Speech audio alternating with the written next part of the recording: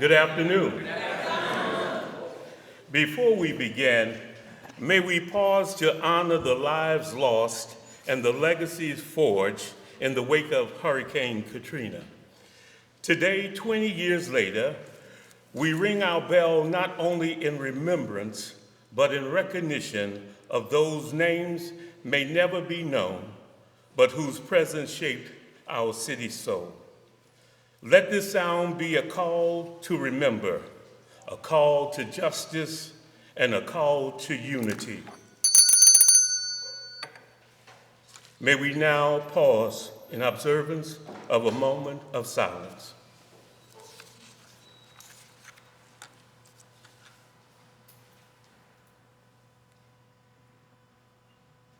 Thank you. Good afternoon once again. I'm Julius Felter, Senior Advisor to the Mayor of the City of New Orleans. And I thank you for joining us this afternoon here at this beautiful building, New Orleans and Company. Let's give them a round of applause. Located on historic St. Charles Avenue. This site, which serves as a beacon for visitors, volunteers, and visionaries, from hosting the first post-Katrina convention to launching the volunteerism movement. This building welcomes those who came not just to see, but to serve. It is a tribute to the generosity that helped us heal, and it is fitting for this occasion. Today marks 20 years since the storm that changed the landscape of our lives. We gathered not just to remember, but to recommit to each other, to our communities, and to the future still steeped in New Orleans spirit. While this 20-year anniversary is a milestone of resilience, we must also acknowledge the emotional weight it carries. For many of our citizens, the memory of Katrina is not just historical, it is personal. The anniversary often stirs deep anguish, unresolved grief, and even depression. These are not signs of weakness. They are echoes of trauma that still ripple through our neighborhoods, our families, and our hearts. As we commemorate, we must also care. Katrina 20 is not just about looking back, it is about looking inward and making space for healing. Let this month be a reminder that we are our brother's keeper, and no one should carry this legacy alone. At this time, I'd like to acknowledge the presence of Mayor LaToya Cantrell, our New Orleans City Council members, representatives from the House of Representatives and the K20 Advisory Committee, as well as the tourism officials and the many community leaders whose presence today remind us that recovery was never about infrastructure alone. It was about people, and the soul of this city has never stopped singing. Over the coming days, the City of New Orleans will host a series of commemorations, conversations, and service calls presented by Kellogg WK Foundation and its many sponsors. From faith-based reflections and neighborhood revitalization efforts to music tributes and storytelling summits, Katrina 20 is about more than a ceremony. It is about honoring lives lost and lives rebuilt. And now, to officially launch the meaningful journey, please welcome the heartbeat of our leadership in the City of New Orleans, the Honorable Mayor LaToya Cantrell.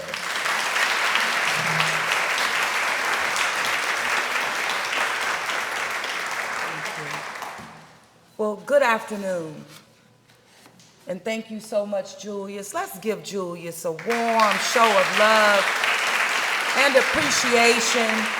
He does a good job, not only on behalf of me as the mayor of the city, but on behalf of the City of New Orleans collectively. And that means me and you. Thank you so much, Julius. Today, as I reflect on 20 years from Katrina, I really stand before you with grace and sincere gratitude. You know, by God's grace, we're here today. No doubt about it. And the gratitude for how far we've come together. Katrina, as Julius mentioned, we know was an unprecedented storm.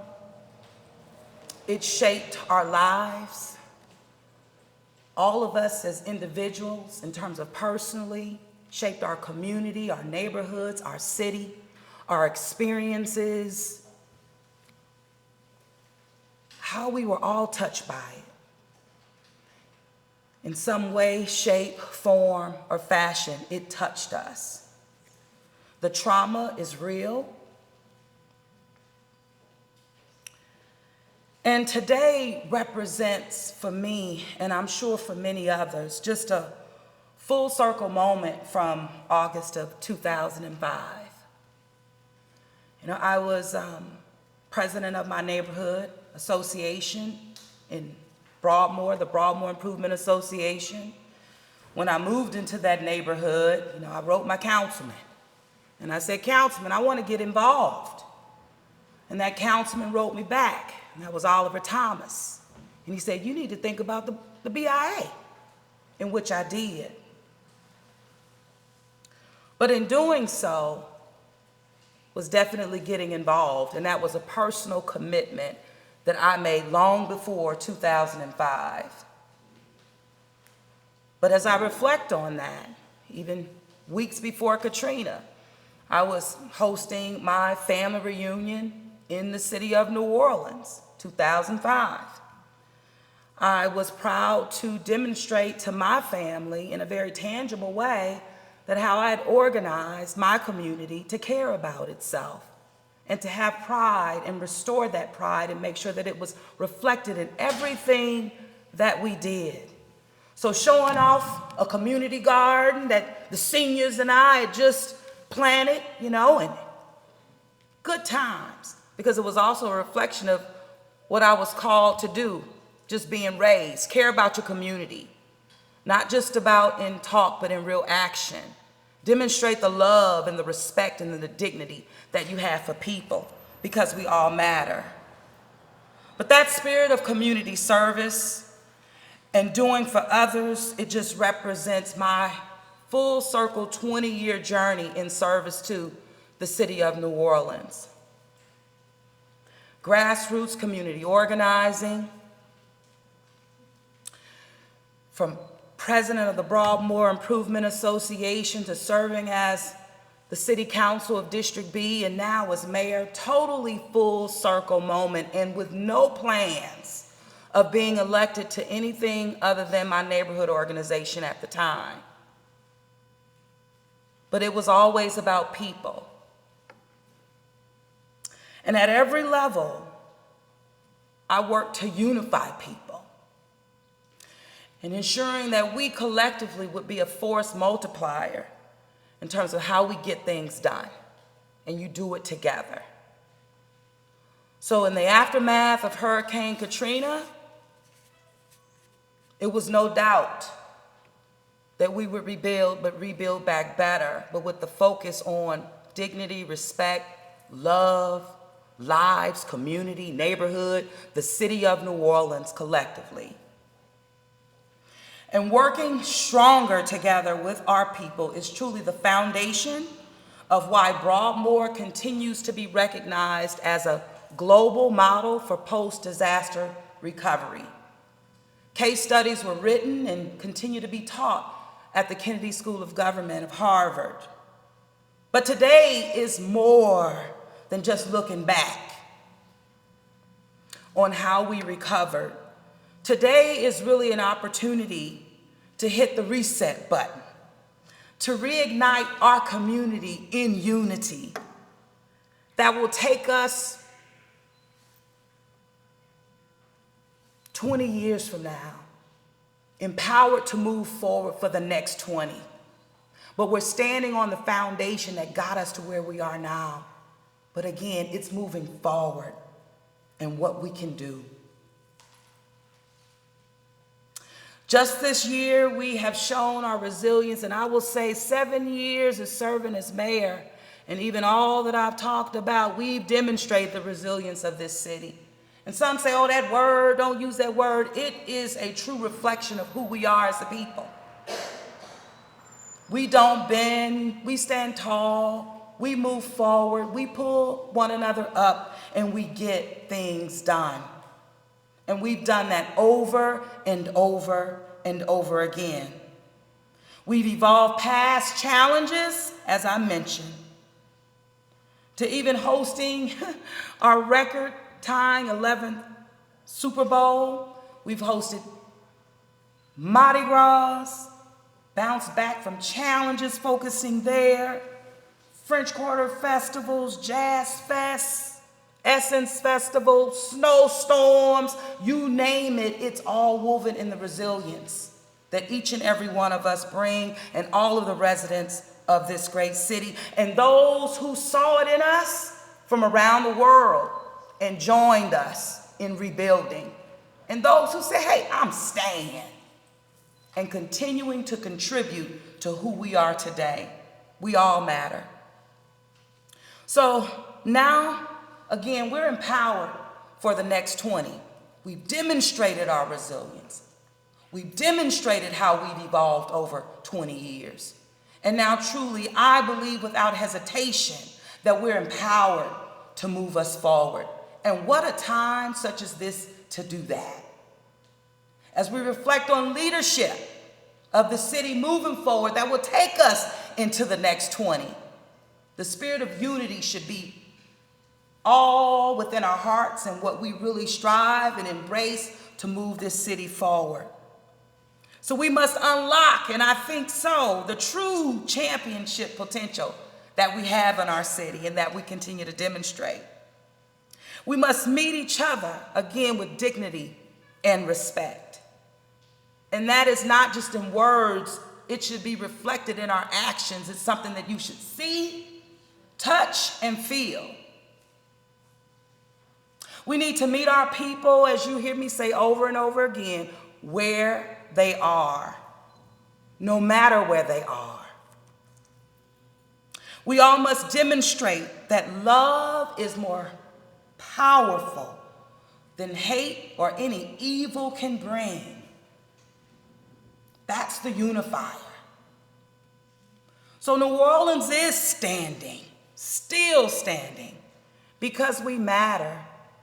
We knew we mattered before Katrina.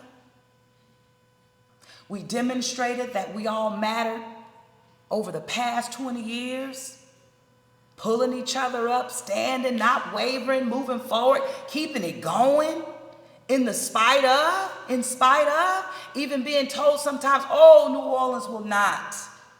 But guess what? We have. So we are second to none.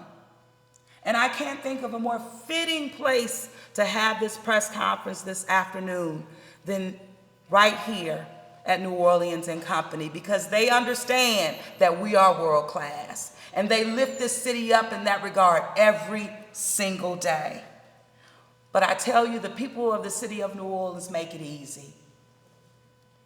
So with that, I say thank you for being here. I say thank you to the commission who have been working tirelessly months, making sure that we can commemorate Katrina, that truly reflects how all of our people feel. Whether we have a personal experience with someone else's experience or not, we know that it matters. I want to say thank you to members of the New Orleans City Council. Councilman Thomas, thank you for what you've meant and continue to mean. Thank you, Councilman Green, for being here and holding the city down. Thank you to our public safety officials who continue to demonstrate how to show up and that we're battle tested.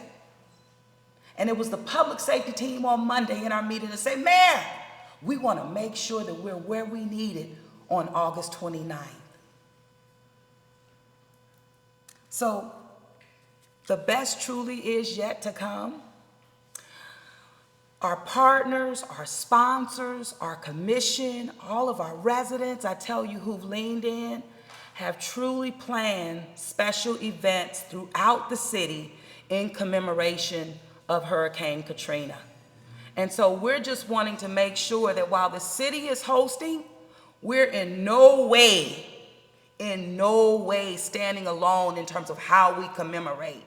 We're wanting to highlight where residents, wherever they are in our city, however they want to commemorate Katrina, we're wanting to embrace them and incorporate and highlight what they're doing. So no corner of our city is left out and no one feels left out. So, as I mentioned, full circle moment, I can go on, but 20 years, wow. And I just know the next 20 is just going to be even better because of each and every one of you, but most importantly, the residents that we serve every single day. And the visitors that keep on coming because they love the city of New Orleans. So with that, Julius, I'm going to turn it back over to you and just say thank you to everyone who has made this possible, meaning how we're going to commemorate, celebrate, embrace, heal, love, and respect who we are and the fact that we all matter. So let's keep standing, New Orleans, and God bless you. Thank you so much, Madam Mayor. You know, we know though the waves may rise around us and fears begin to speak, we lift our eyes to heaven for the strength we know we seek. Thank God for his grace. And thank you for being an incredible, strong, and visionary leader. Thank you.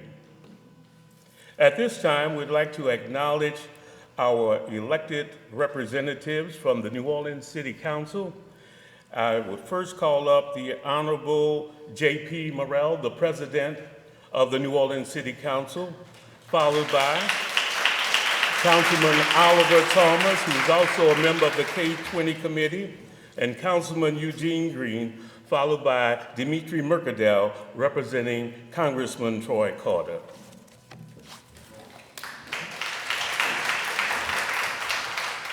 Well, after that august speech, I'm not going to be long. I was sitting with Ms. Rhodes over there, and we're talking about I was 47 now when Katrina hit.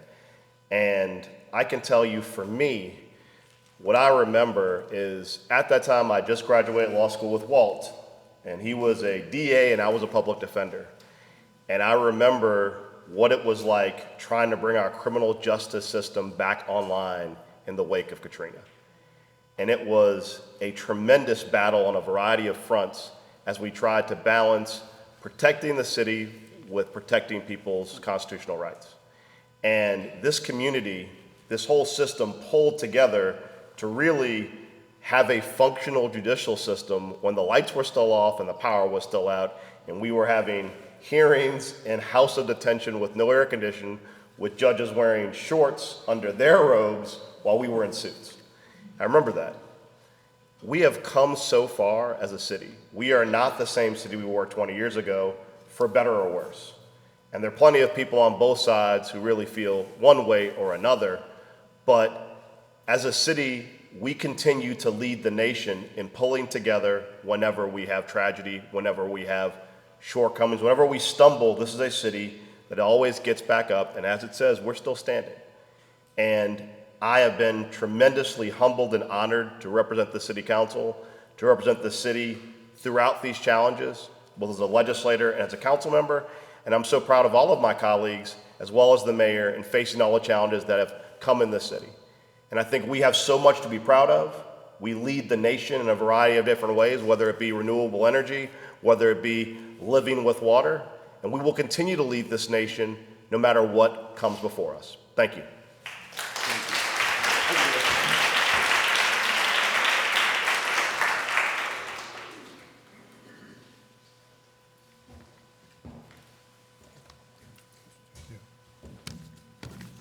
First of all, good evening, everyone, and thank you.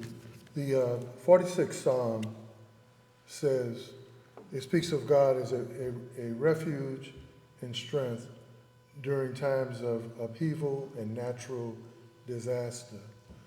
So when you want to think about New Orleans and how we've done it, whether it was malaria in the early 1900s, whether it was the floods of 27, whether it was a young man like me being rescued off the top of the house during Betsy, Fred living in the shelter, we had to go to the auditorium, or Hurricane Katrina on August 29th.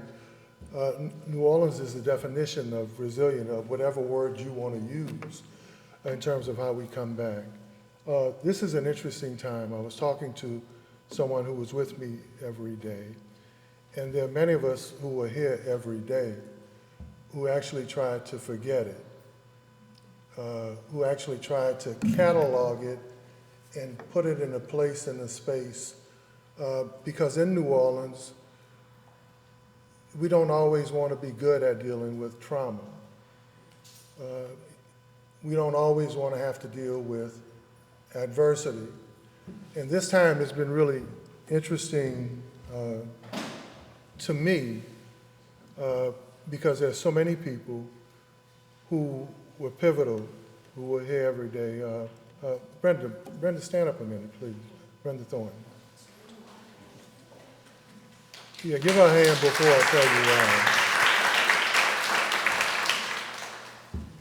3:30 in the morning in West Baton Rouge, Sheriff Case, trying to figure out how to get 10 busloads of people out of the city to a place where they could have shelter. They had lost everything here.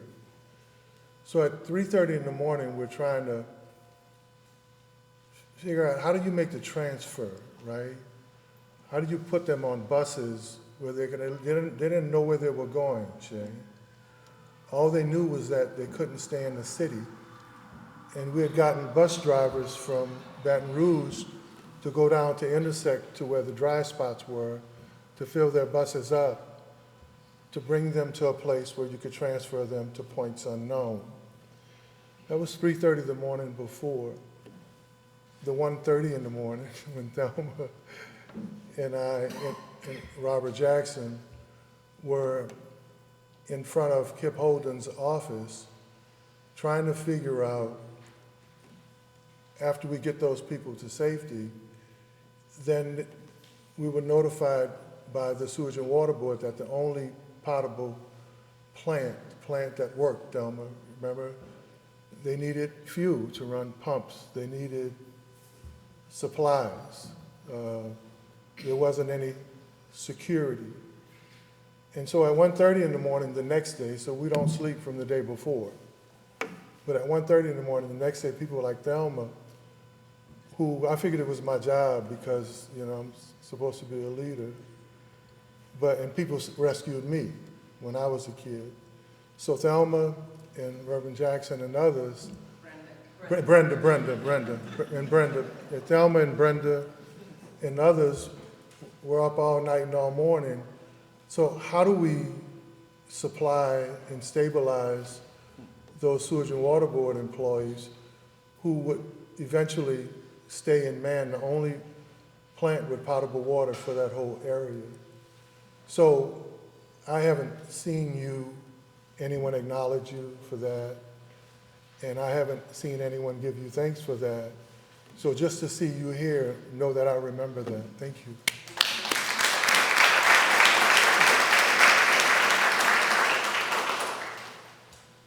It's an interesting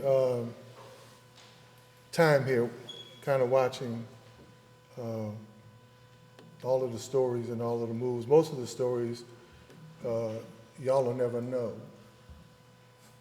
Most of the people who were there every day, you'll never know. You'll never know what it's like to have sores on your body for 2 months because you're in and out of toxic water, right? You'll never know what it's like to walk in a hotel room with your brother who came back to do that, who didn't get up that morning. And the effects of that, you'll never know that. So for me, know that my peace is in knowing that those of us who are here carry on, whether it's resilient or overcoming, that we're here because of those people who never got out and who never got up, but they're still with us. So use this commemorative event. It's really not a political event. It's a spiritual event, because we're spiritual people. Thank you, sir. Councilman Green.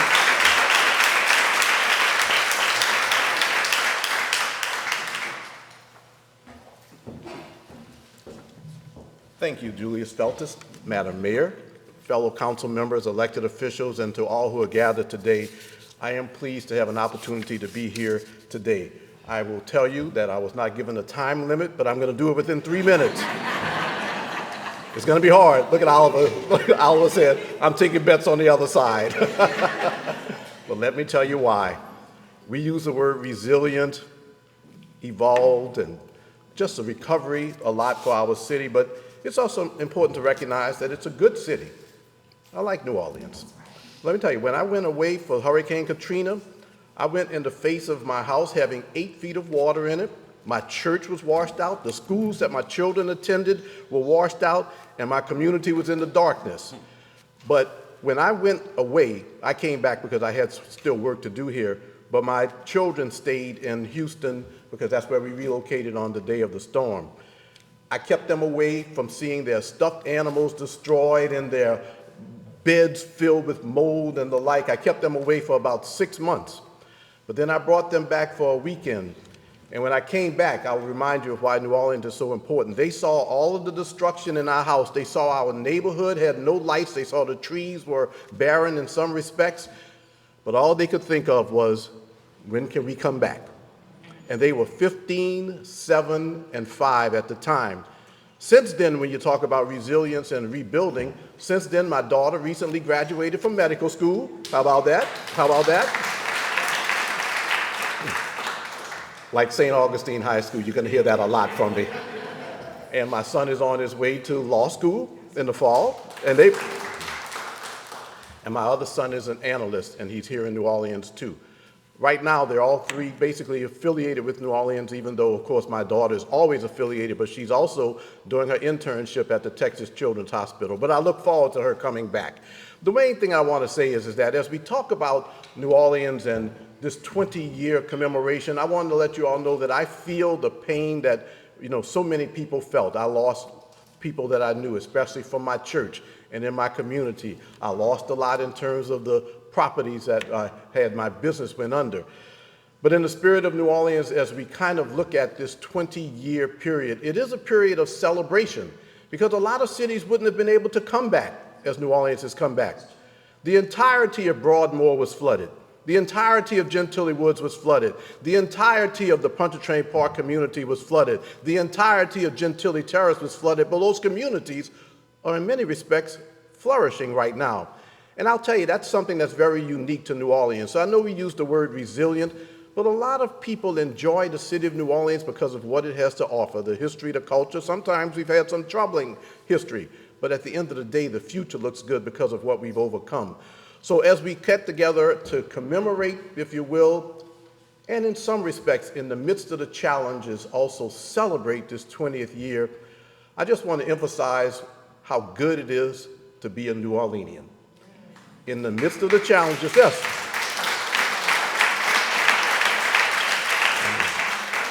I know a lot of people from out of town, and I don't mind telling you all that I attended Harvard undergraduate, and therefore I met people from throughout the world. If we felt about New Orleans the way people from outside of New Orleans felt, there would be nothing negative said. They can't. I know Julius is going to touch me soon and tell me, but I'm going to close closely with this. And he's waving. This is kind of the last point that I want to say, but you all know where I'm going. My last second to the last point. But you all know where I'm going. I do enjoy the city of New Orleans, and it is an honor for me to represent the district in which I grew up to see all of that progress. I just wish that more of us would feel the way that I feel about our city. More of us would feel the way the mayor feels about our city and the council members feel about our city, and those who are doing those things that are making a difference here would feel about our city. Because in many respects, it is a great and special city. And as we look at 20 years, look at the negatives, yes, but also look at the positives and look at the future and look what we've done to rebuild in our city, and the future is only brighter because of the fact that we have the opportunity to see where we've gone and then to go forward. Thank you very much.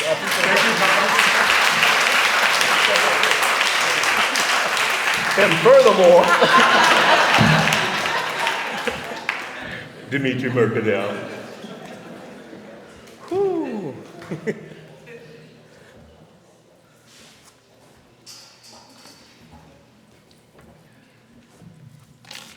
Thank you. Good afternoon. I'm here to bring remarks on behalf of Congressman Troy Carter, but I would be remiss if I didn't say something that's in my heart that I'll never forget. At the time, I was public affairs for Entergy, and the late Dan Packer said to me in the Hyatt, "Dee, don't wake me up unless somebody's dead." They came in the room. I had the night shift. It was the 28th. They said, "Dimitri, we need Dan." I said, "I can't wake him up." They said, "Well, we need you to let him know that the windows here at the Hyatt will not sustain. And we don't have enough food to get past 3 days." Well, I got up and I knocked on that door. Dan opened the door in his robe. He said, "Somebody better be dead." I said, "No, Dan, but it's not going to be good, and I need you to come down." And that was the beginning of the change of what our city was like.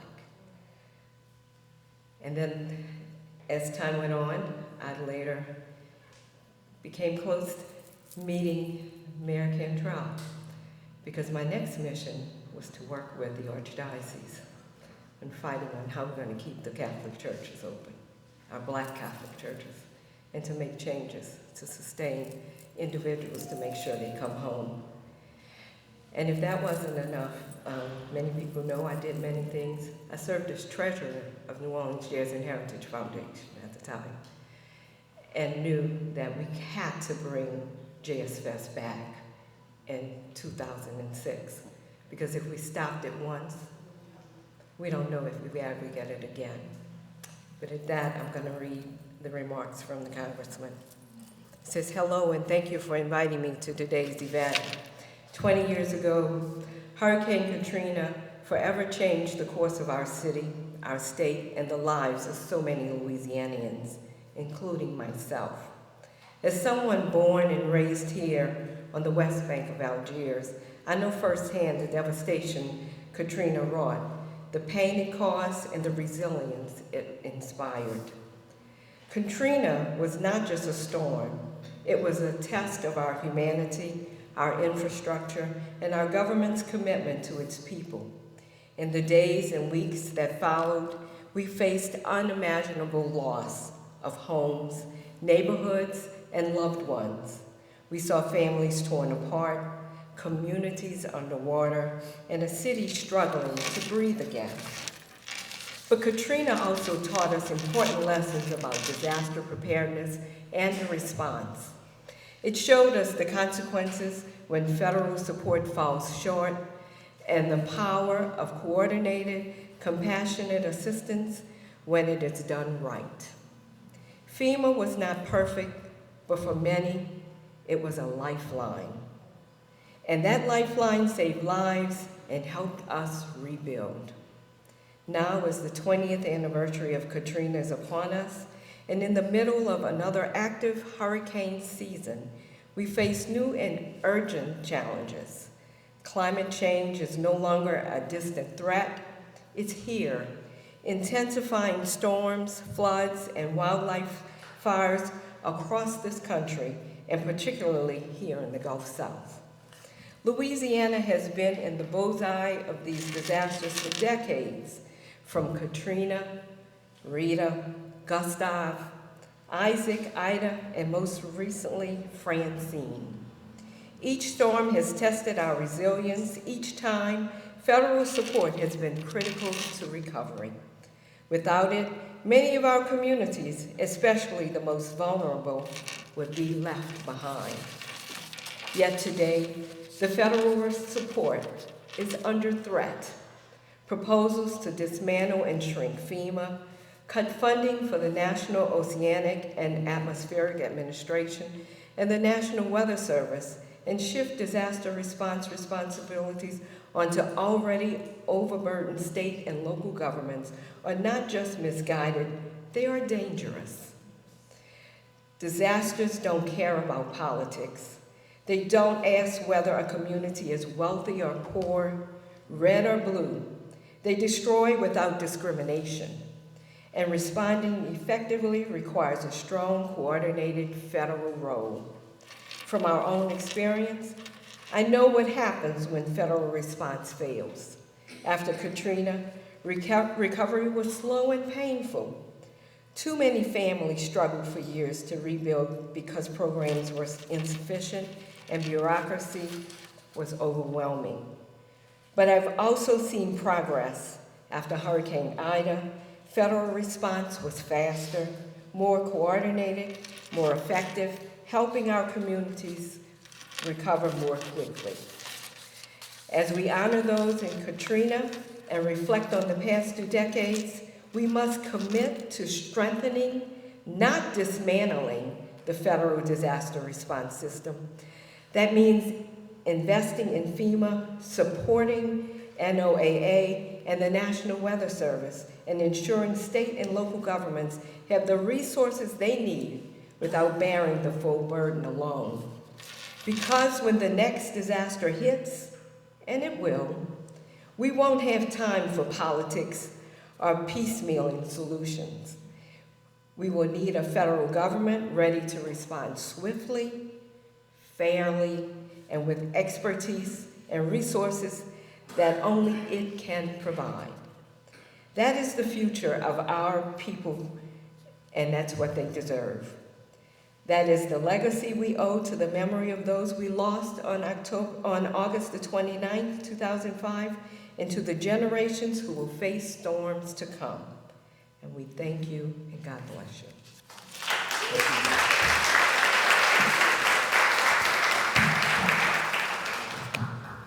You know, it's so important that we give recognition, and I guess I can say from the point of a public servant that I've had the honor of working for elected officials. And their jobs are not easy, and they're not glamorous. You may see them on TV, you may see them at events, but they work every day. And I've had the honor of working for a council member and working for a United States congressman for almost 20 years. And I salute you all. Let's give all of our representatives a round of applause. They might be long-winded, as well as their staff, but we love them anyway. At this time, we're going to move through the program swiftly as possible. We have a number of speakers who are going to tell you some exciting news about all of the activities and events that are coming up that you want to make sure that you pencil them in. At this time, we're going to have Walt Leger III, President and CEO of New Orleans & Company, will give us some reflections. As a recovering politician, I'm going to try to be brief as well. Madam Mayor, thank you. First of all, welcome to our headquarters here at New Orleans & Company. We're very, very, very honored to have you here. And thank you, Madam Mayor, for bringing this event to us. To our elected officials, to the President of our council, my good friend, Councilmember Morrell, thank you for being here. Councilmember Green, and I know Councilmember Thomas, I think, just stepped out. This is a complicated time. It's complex. Reflecting on 20 years is not an easy task, and I commend the mayor for pulling together this commission, for the city leaders that work on her staff and working to create this event. Truly special and difficult work to try to get it right. I've had a lot of calls from people from around the country who want to come here and do things during Katrina, and Katrina 20 in particular, and I've cautioned them repeatedly to recognize the trauma that's still felt by the people here. I've been offended by some of them. I've pushed back on some of them to be careful about the way that they engage here, because this is a deeply personal time for us. As a child growing up in South Louisiana, one of the things that I remember hearing a lot about was Hurricane Betsy. And I remember turning to my father on August 30th of 2005, and as we were all struggling with the trauma that was unfolding for all of us, recognizing what had been lost, the 1,800 lives lost, the more than 200,000 homes lost, more than 85,000 businesses destroyed, I told him, at least I'll never have to hear about Hurricane Betsy ever again.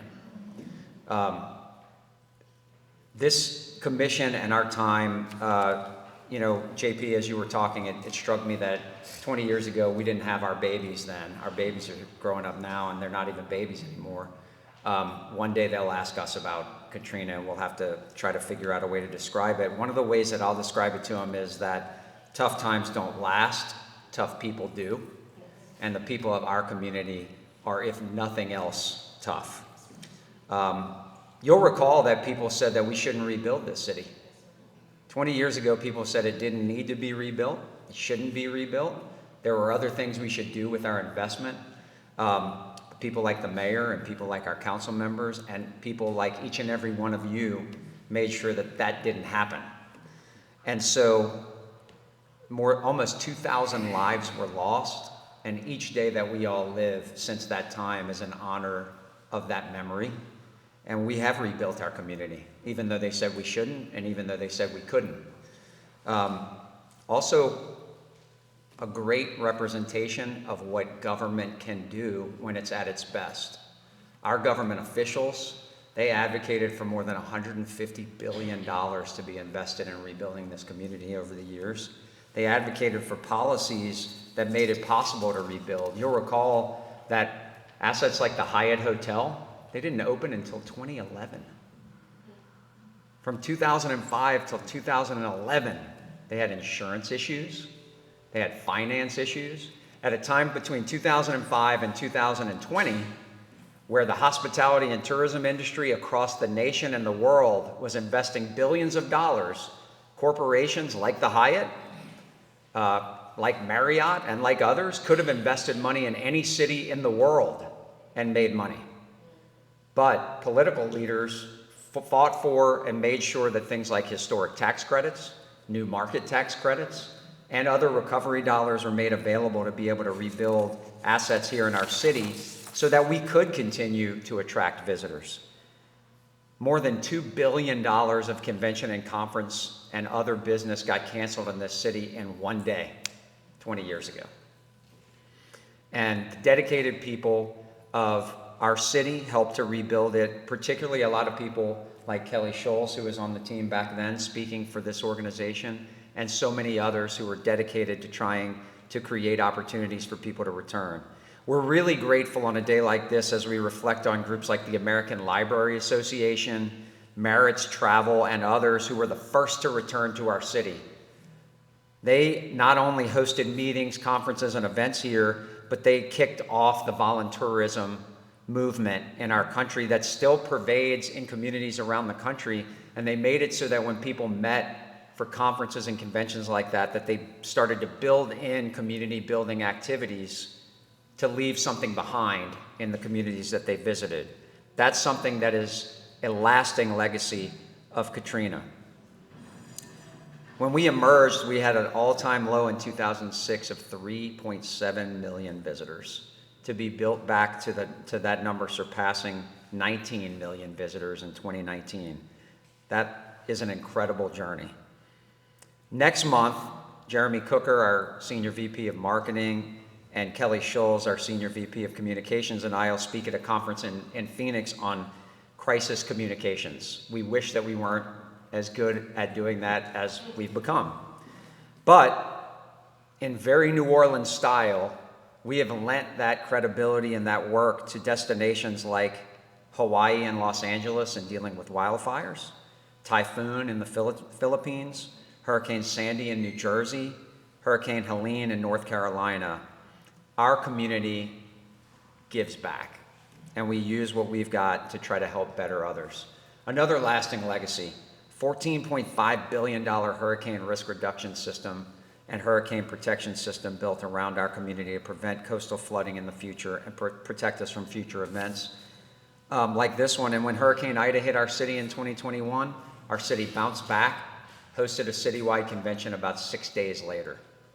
Remarkable how that has worked. The generosity of the American people, but the fervor of the New Orleans people for fighting for those assets are the things that made that possible. So that instills confidence in our community. It protects our citizens, it protects our residents, it makes people want to invest in our community, and it shows people that there's no better place on the Gulf Coast, maybe anywhere in the country, prepared to deal with these types of challenges that seem to be getting harder and harder for communities to deal with. So, as we remember the lives lost and we remember and celebrate this solemn occasion, our intent is to spend the next month reflecting on how far we've come and how far we have left to go, to remember that there was no blueprint on how to recover from the worst natural and man-made disaster in the history of this nation. Only two things would get us forward: persistence and determination. Those things guided our path. So with that, we know that our people, that our very hearts and souls have been tested, but we endured. Neither great winds nor floodwaters could or ever will keep us down. And it reminds me of the 2007 marketing campaign that was led by this organization and by Trumpet that maybe said it best, that when it comes to New Orleans, soul is waterproof. Thank you.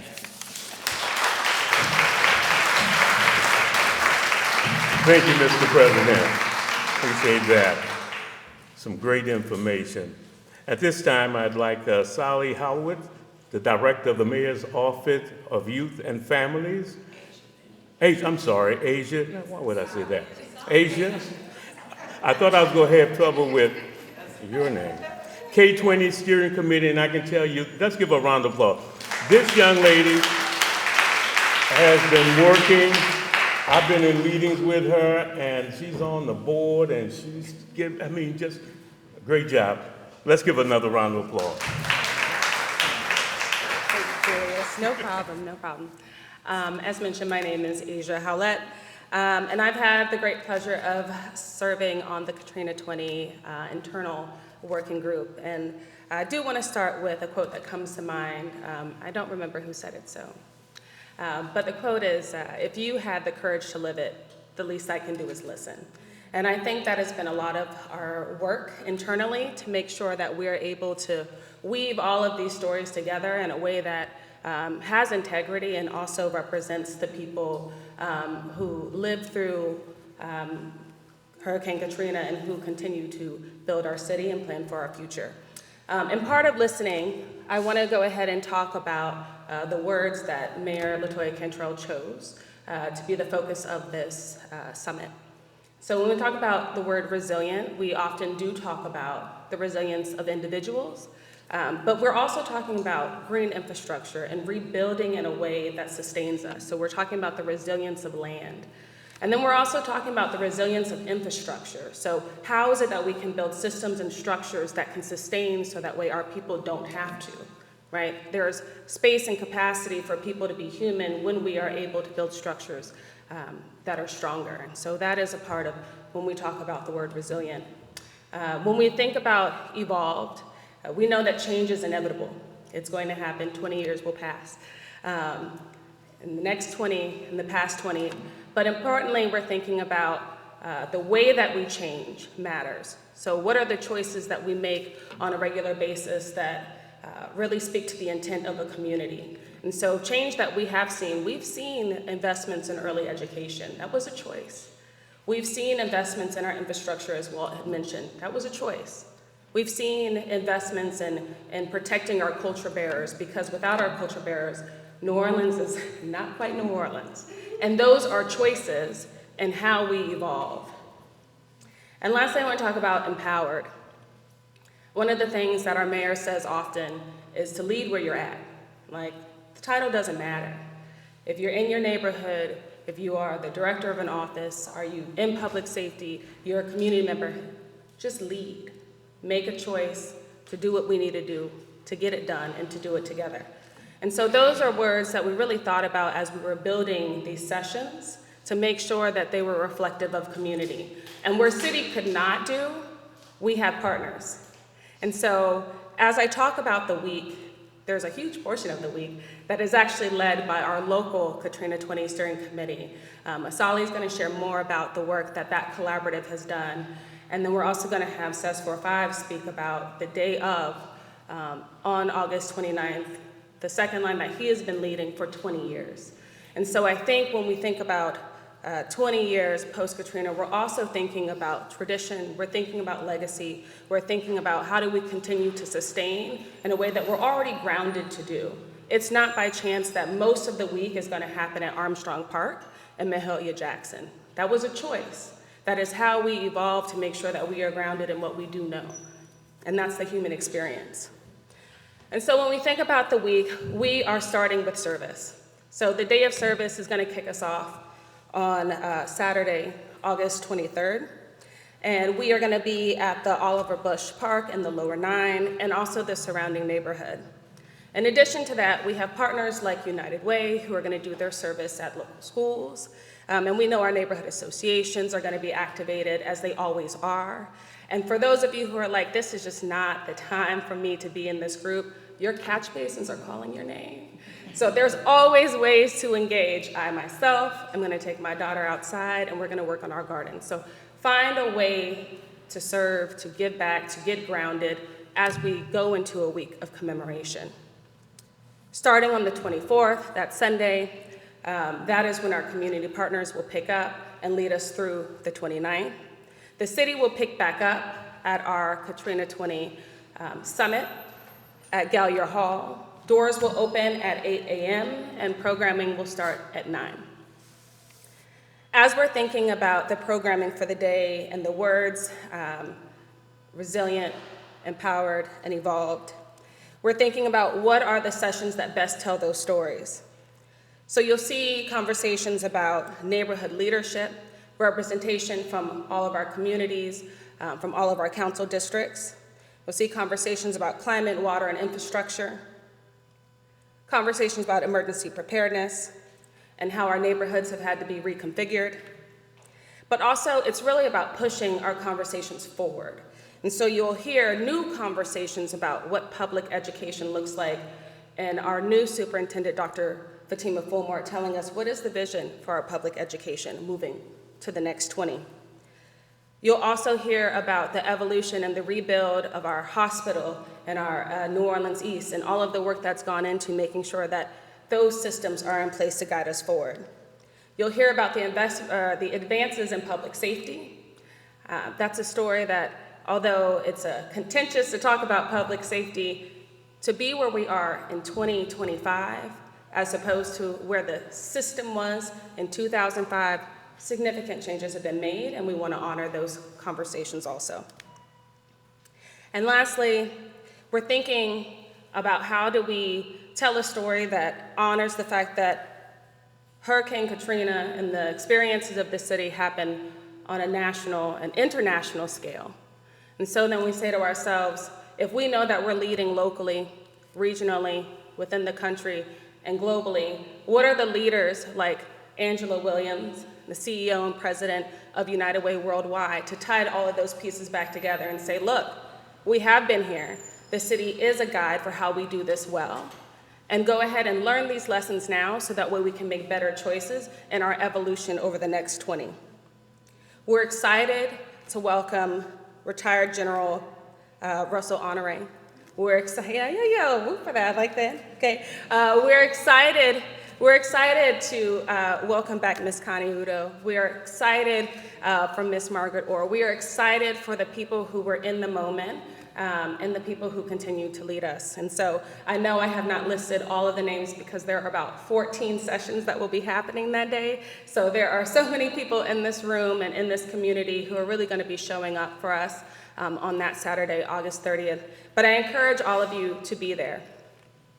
And lastly, I'm gonna leave you with how do you be there?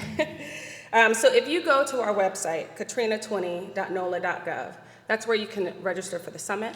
That's where you can register for the day of service. That's where you can see a community calendar that not only has the events that I mentioned now, but all community members have the opportunity to upload what they are doing in commemoration, because again, there are so many stories to be told, and it would be foolish at best to not include those. So that is what's happening.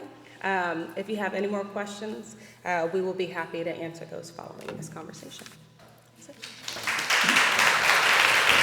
Thank you very much, Adrian. Great job. At this time, we will have Jonathan Henderson, the Director of Strategic Initiatives, and he's the Chair of the K20 Steering Committee. And if he asks me if I'm coming to another meeting, I'm gonna jump out the window. Let's give him a round of applause. I'll be brief. I just want to make some acknowledgments. First, I want to thank the Mayor's Hurricane Katrina 20th Anniversary Advisory Commission for sharing their time, their expertise, their insights, and their commitment. We've asked a lot from this commission, and you have given us a lot in return. 11 meetings we've had so far. So thank you for that. Brandon B. Mike Odoms, Walt Leger III, Paul Flower, Andy Copeland, Dr. Takesha Davis, Colonel Terry Ebert, Councilmember Thomas, Burnell Cotlin, Mardell Early, Pastor Luter, Joan Rhodes, Asali Ecclesiastes, Cindy Nguyen, and Michael Williamson. Thank all of you.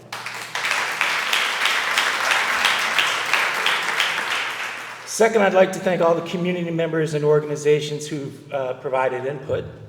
That input has been received, is invaluable, and has helped guide us in the right direction.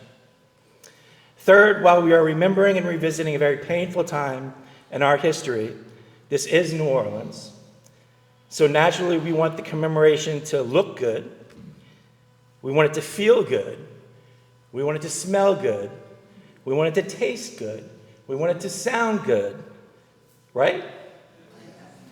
So I would like to thank the New Orleans Community Support Foundation and the Greater New Orleans Funders Network and all of you sponsors for ensuring that we can do just that. I also want to take a minute to thank the Katrina 20 committee chairs. There were 8 committees and the co-chairs for all of their work. And I especially want to thank my steering committee, Asia Howlett, Valerie Bolden, Leslie Thomas, Frederick Hollywood, Delahousse, Mishan Sadiq, Khalida Lloyd, and Anna Nguyen. And in front of God and all of these people in this room, I'd like to formally name Asia Howlett my co-chair.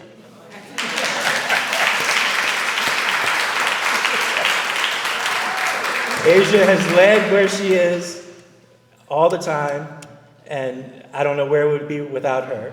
And we have a lot of work left to do over the next few weeks, and we will get it done.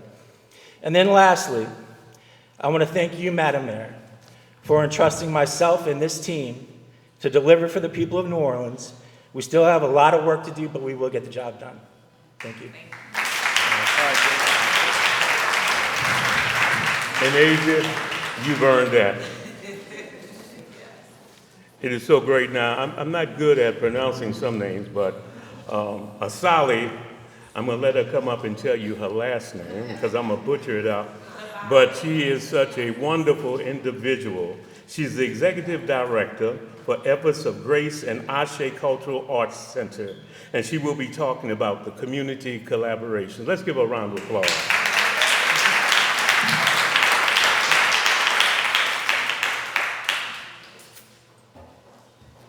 How you doing? Now, you know we're going to spend a few minutes after this. Yeah. Because this will not be the last time. This will not be the last time you have to say my name. How y'all doing today? I am Asali Divine Ecclesiastes, and I want to start by giving my sincere appreciation to the mayor and to the Katrina 20 committee, especially because you let me bogart my way onto the committee. I was not an official member at first, and I just started coming to the meetings, and y'all welcomed me, so thank you.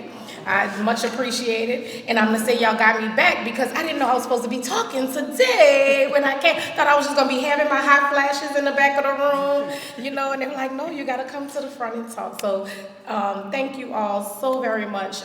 Thank you for the collaboration. Last summer, Ashe got together with Taproot Earth and Foundation for Louisiana and decided that we wanted to make a way for communities events to be centered in how we celebrated Katrina 20. As you all know, over the years of rebuilding this city, we have relied on the resilience of the people of New Orleans to bring back industry, to bring back institutions, to bring back so much stuff. And when we talk about what has come back, one of the things that has not come back are all of the things for our people. Wages have not come back, right? I'm not going to detail, but for a lot of us, health has not come back, and we have 25 to 30-year differences in life expectancy between our residents. And so it's time for us to stop counting on the resilience of our people and to start rewarding them for it. Right? Can I get a clap for that?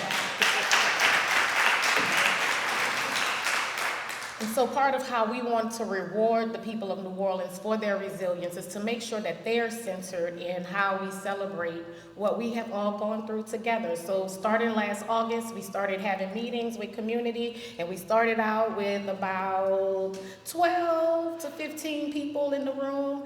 As of last monthly meeting sets, what you just say, we had at least 100 people in the room and 100 people online.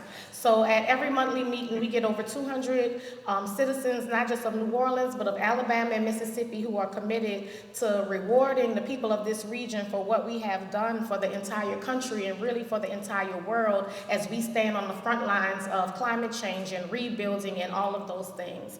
So the Katrina 20 Commission, thank you for partnering with the Katrina 20 Community Collaborative. We have planned a week of action that will take place from August 24th to August 31st. The website is katrina20.org. I won't, tell you all the dozens of things, but we will be all over the city of New Orleans, and we'll also be in Waveland, Gulfport, and Biloxi, Mississippi, and Church and Pritchard and Mobile, Alabama.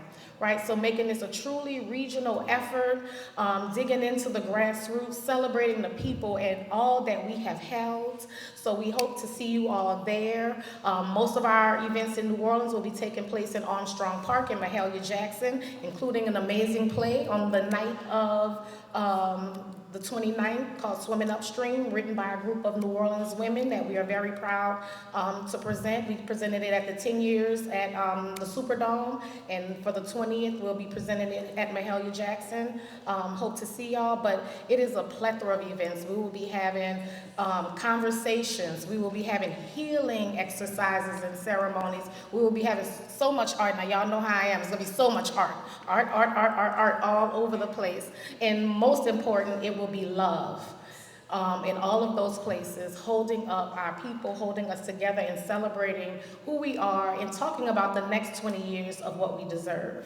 So in addition to being able to coalesce these folks, I also want to give a shout out to, I saw Alicia from the Greater New Orleans Funders Network, I think maybe Christy from our finance committee. We have been able to raise $1 million to support the people's event, so give it up for that.